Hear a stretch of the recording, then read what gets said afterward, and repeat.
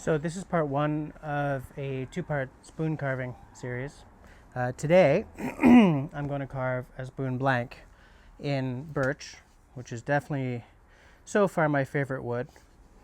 I haven't experienced many kinds of wood, but of the ones I have, actually cedar is my favorite, but for spoons and food things I find that you run the risk of coloring the taste of whatever you're eating off of your carved utensil. So birch, I find, is still fairly easy to carve.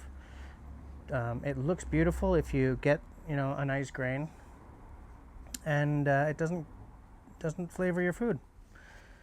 So that's what I use. This is a piece that I got from a gent who has like a large farm down near the American border. I was buying some kiln dried lumber off of him for another project, and he cut me down a small birch. So that's really nice. The carving tradition that I participate in is essentially Swedish. So a lot of the tools I have are either from Sweden or based on Swedish tools, or aside from my saw, it's a silky Japanese, unabashedly so. I like this saw a lot. It's a really nice saw. Some people don't like it because they find like it's a lot more flexy than, say, the Bako, but it's because it's designed to cut on the pull rather than the push. So you kind of have to get used to a slightly different system, shall we say.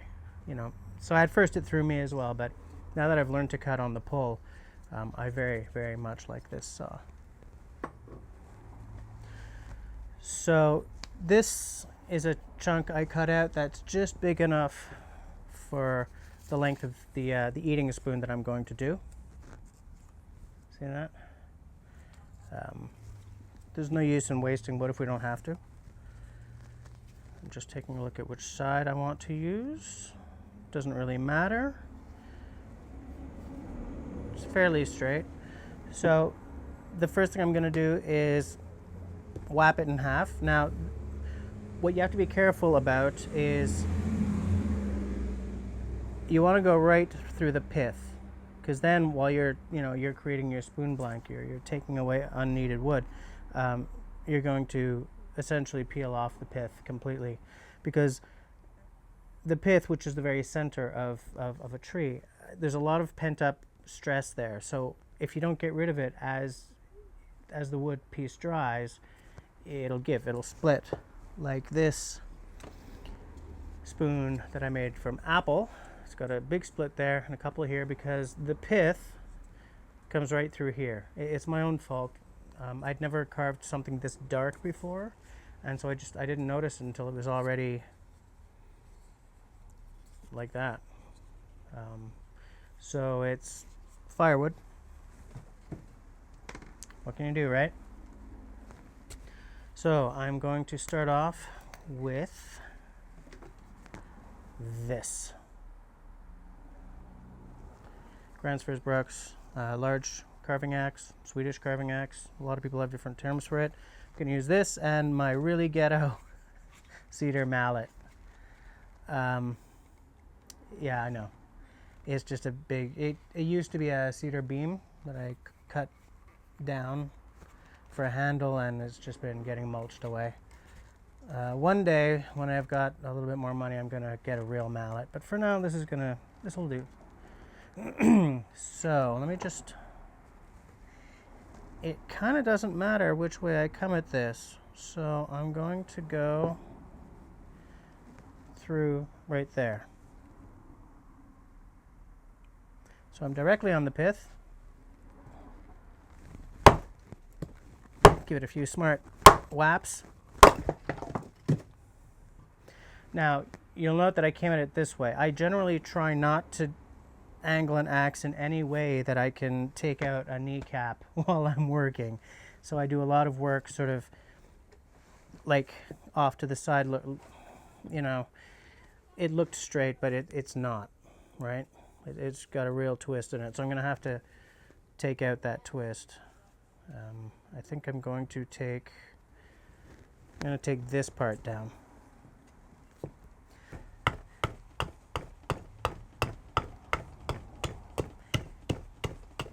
You're essentially just breaking up the fibers a bit to make it easier to chop off. And then you can peel it away. You know, don't be shy.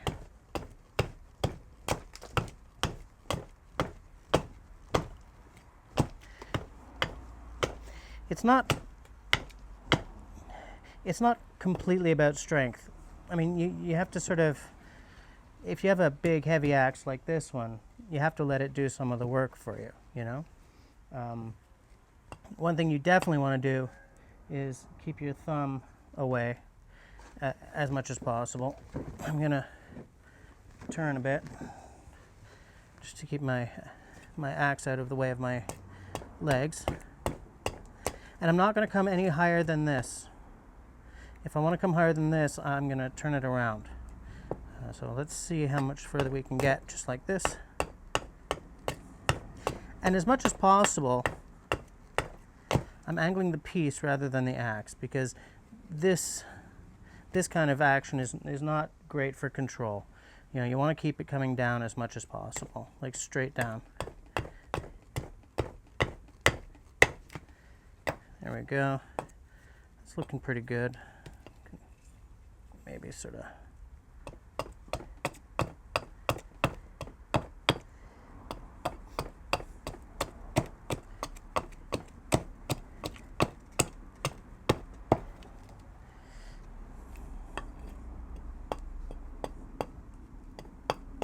There we go. I've sort of gotten, I've still got a lot of twist to get out actually. There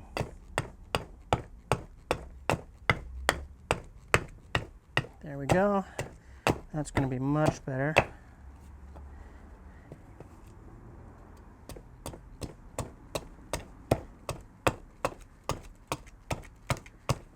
This looks dangerous, but I'm not coming any higher up than about that, so it's, you know, it's not gonna cause any disasters.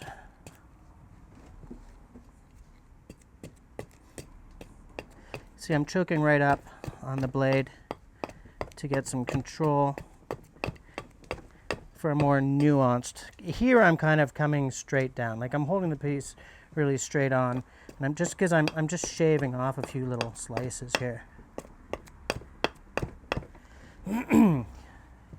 Because I want to do this part, I'm turning the piece around because I do not want to lose a finger.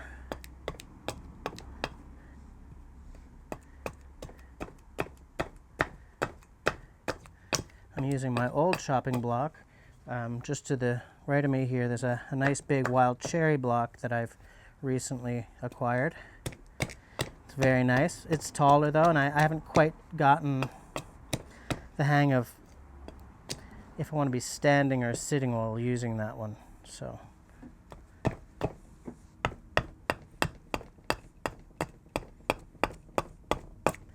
essentially you just, you know, keep doing this until you got it, until you got rid of some of the twist. Some people won't use a piece of wood that's got any twist on it, but I have a hard time sourcing wood, so I've just learned to work with what I got.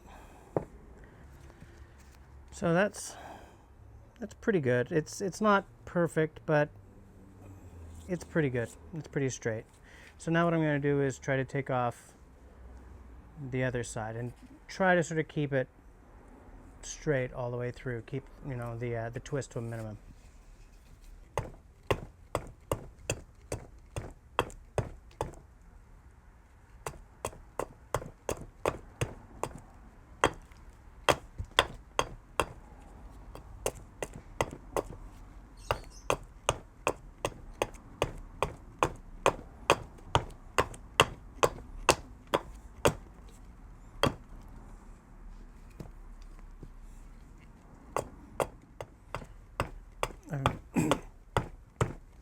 I'm accidentally cutting in a little bit of twist here, so I'm going to try to smooth that out, straighten that out. That's better. This side there's still a little bit of twist.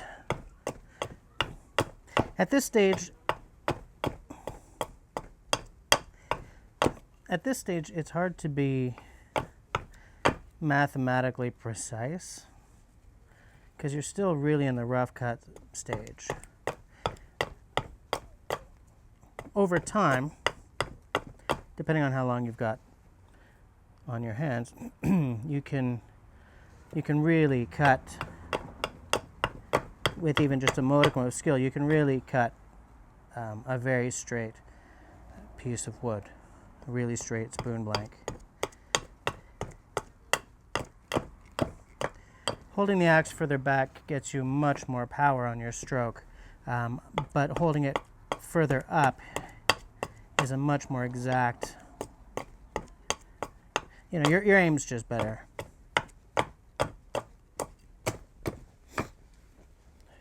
Now, that's looking a lot better. It's not perfect yet, but it's a lot better. This is, however, way too thick. The shape of it has just been, as I've been chopping, dictating which side will be the spoon and which side will be the handle. It's just been developing this kind of, so the spoon will be on this, the bowl will be on this side, and the handle will come up to here. But this is definitely way too thick. Now, you can absolutely just keep going at it and shaving more and more off with the axe. But I have a cheat that I sometimes use.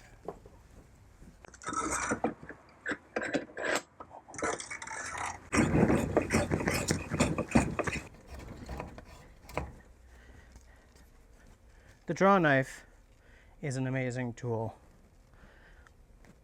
It's got a one-sided bevel, so if you hold it one way, it's good for shaving off thin, well, shavings of wood. If you turn it over, it can really dig in and take off chunks of material. I find that in terms of getting a little finesse going, the axe, being my favorite tool, gets a lot of time in, but at a certain point I always, well, not always, but I often will go to the Drawknife, just because it's a lot faster. If I'm carving something just to carve, then I'll stick it out with the axe, because I like the aesthetic of, you know, using just an axe, a knife, and a spoon knife. But if I'm trying to do a bunch of spoons for a commission or whatever, I just don't have the time. And you know what? This is every bit as legit a method as the axe. I called it a cheat, but it's not. There are a lot of guys with spoon mules who use these all the time, and it's still a fabulous instrument of wood carving. Yes. So yeah, it's still a little thick, but it's thin enough that I can get to work on the general spoon shape. Couple of things that I hadn't really counted on. This knot here that I thought was going to sort of disappear into the part that I was cutting off anyway, actually comes right up into here, so that might cause me some trouble. But I guess the only way to know is to try to carve it, right? So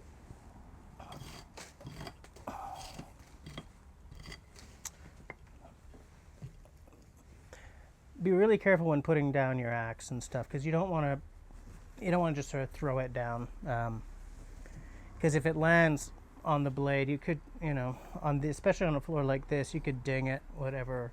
You know, I don't tend to like putting it down anyway. I usually just put it across the chopping block, but because I want a nice surface that is uncluttered for you guys, I'm putting it on the ground.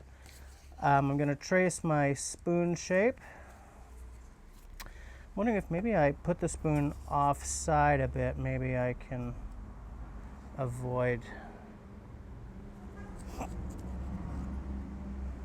because what I don't want is that knot comes through right here, and that is not good for strength. So, or maybe I'll just flub it, turn it around. Yeah, I can totally salvage that. Actually, you know what? I don't think it's going to matter because of the side I'm using anyway. So there we go. I think we're going to be fine. Because I'm actually using the outer part of the log just to get a nicer like ring effect in the bottom of the bowl. I'll show you what I mean when the spoon is finished. Okay, so position it. Like, I'm positioning it generally because as I chop and everything, all these really exact lines are going to get kind of cut away and then redrawn and sort of inexacted, shall we say, anyway, you know? So, I mean, I'm tracing out a line here, but this line isn't going to survive all the way to the end. It's just, it's good. You know, some guys can do it without a line at all. But because I like to do one design, I'm still sort of perfecting my eating spoon design. So I do the same spoon over and over and over again. And I find that having a pattern to follow really does help. So the next thing is to put some stop cuts here and here, and then one across the bowl to help me get sort of a scoop shape. The one that I'm positioning across the bowl is easy to place because all you have to do is look at your you know, teaspoons or your soup spoons. See like how it's right at the widest part? And the stop cuts are going to go at the narrowest parts.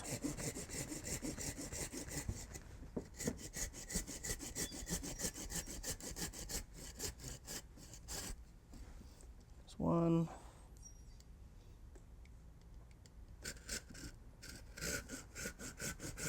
The purpose of the stop cut is so that if you come at and you chop, it's going to split along the grain right to the cut, and then it's not going to go any further. So you're not going to split off part of your bowl unless you really do something wrong.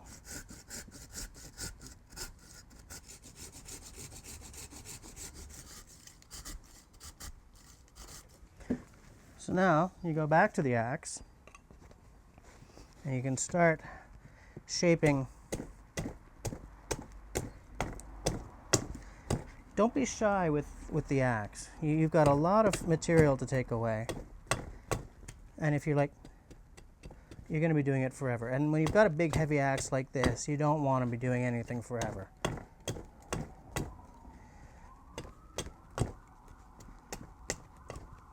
In fact, what you could do is go the furthest out you can and give it a good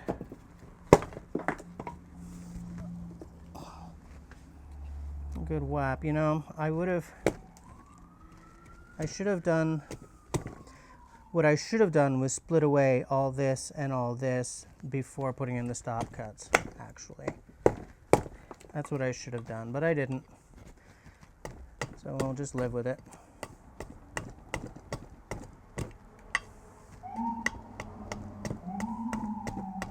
I like to get up as close to the line as possible.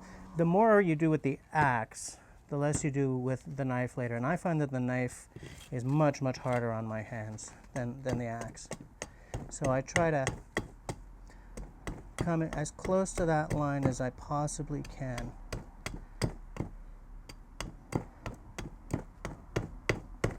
And you know what? If you accidentally pop off a little bit too much, you just change the shape of the bowl a bit. It's not a big problem. You know? See? I didn't split off the bowl. That's the nice thing about these stop cuts.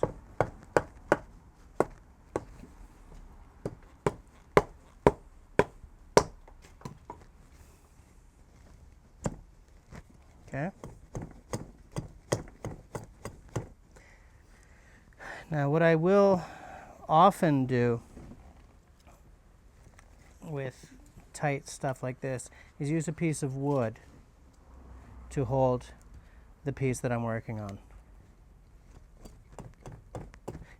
Just as a protective measure, keep my hands a little safer.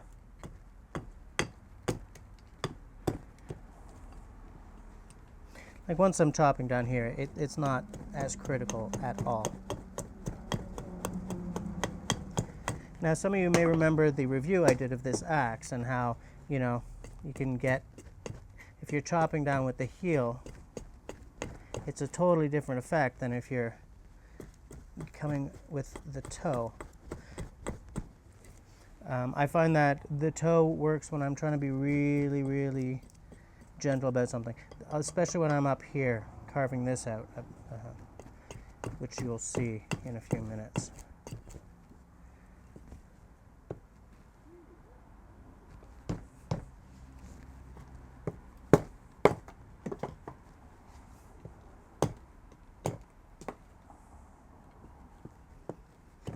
You can't see the line of the spoon, but I'm essentially doing the same thing this time. See? And then to take off these corners here, what you can do is some guys have a notch taken out of their chopping block specifically for this purpose, and I'm thinking I'm going to do the same thing. Again, this looks more dangerous than it is because I'm not coming at it from very far away, so my hands aren't really in that much danger. But note that I'm not really womping at this. I'm coming at it fairly gingerly because this is where there's a curve here that we don't want to bugger up. Right, so I'm taking very small chops now, and then bigger chops from the other side, because I've still got a stop cut there. Okay, now I don't have a stop cut there anymore. I've taken it away. So now I got to be careful right here and right here, because those stop cuts are gone. One thing you want to be aware of is the direction of the chopping, okay? I'm taking off very small parts at this point. Wherever there's a high point, you want to be chopping away from it. So like from here, here's the high point. So that's why I'm chopping down into here, like this. Being very careful with the hands. Because that way, if I was chopping this way, I could, you know, hit it and then pop off a chunk, right? So where there's a high point here, I'm being very ginger because once you're this close, see, I'm coming in, minimizing the possibility of popping off a great big chunk of what I'm working on. Same deal right here, you know?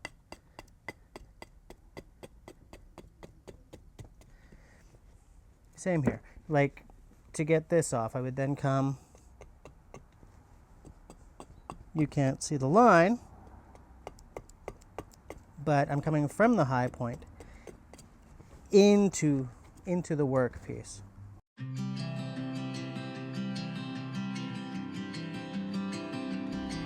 You'll note that I switched to the smaller Wetterlings axe for this part. I find that from this point in, the smaller axe gives me more control.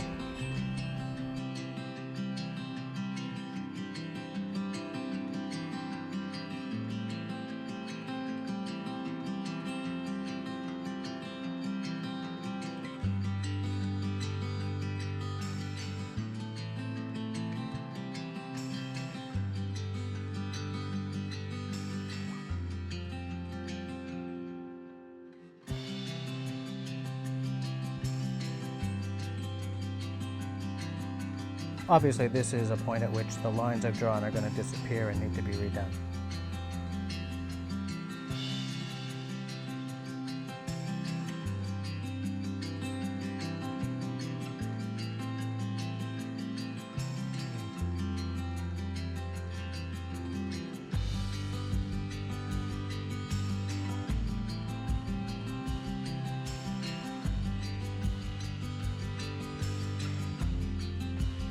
At this point, I'm just carving the overall shape of the handle, the swoop from the bowl to the end of the handle.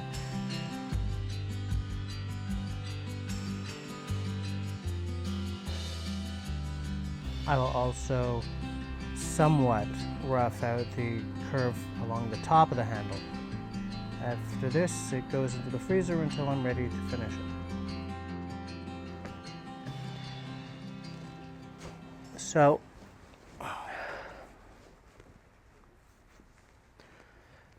this is essentially a finished spoon blank. As long as I'm working on it with an axe, it's a blank.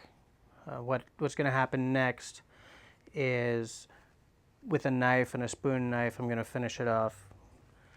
What I did was, like you've probably seen how many spoons, especially these sort of Swedish European style ones, come like you see that shape there, and then there's like it comes to a point here, and then fades out until it's flat there.